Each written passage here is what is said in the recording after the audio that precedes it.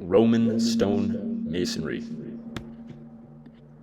What is Roman stone masonry, and what are the benefits of this?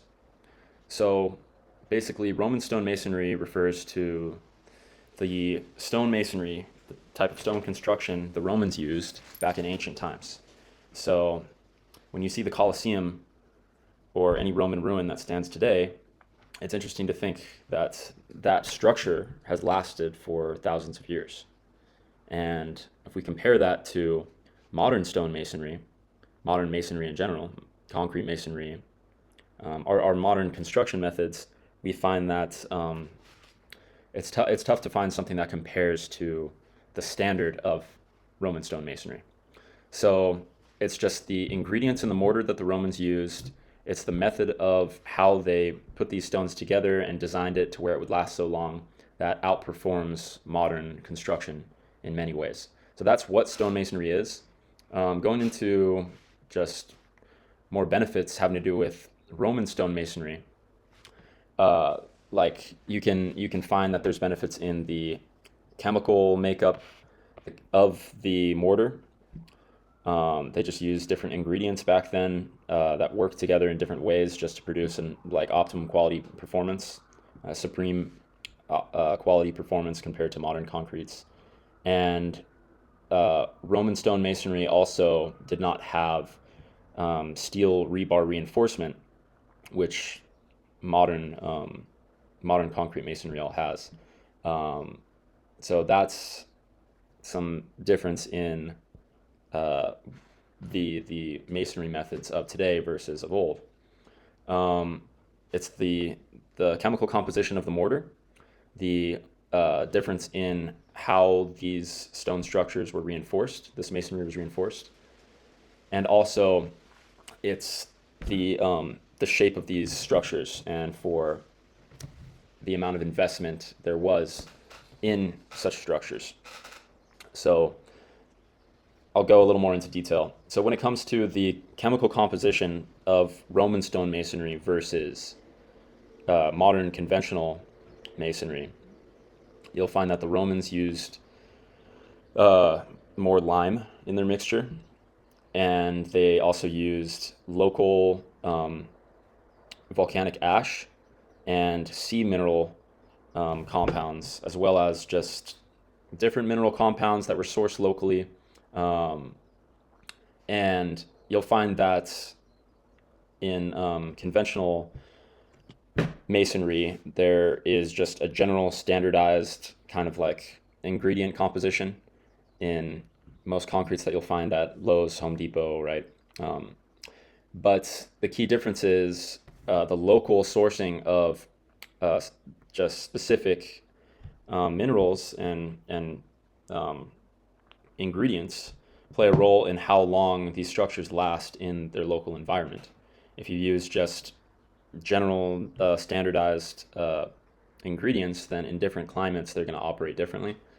So just overall, there's a more attention to detail and optimized quality, specialized um, quality per the geographical region that the Romans were working in, compared to now it's all just cheap standardized ingredients for use anywhere in the world, pretty much.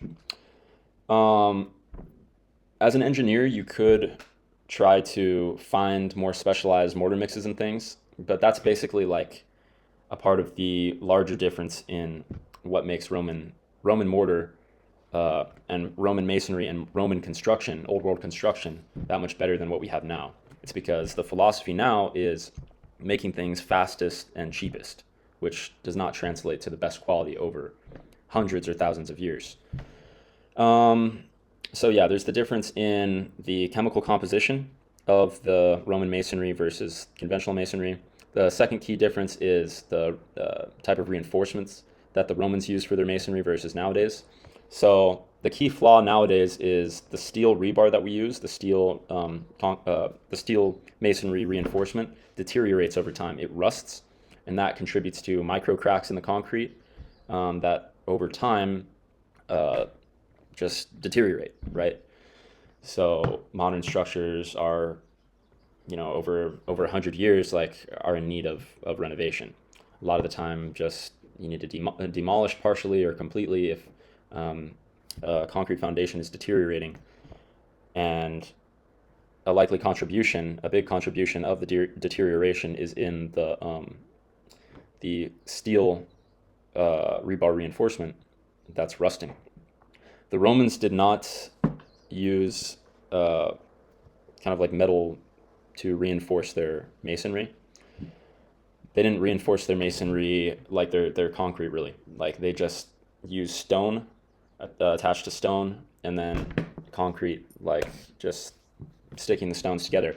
But in the design of these structures, they were able to force a lot of weight to contain, like, the entire weight of the structure.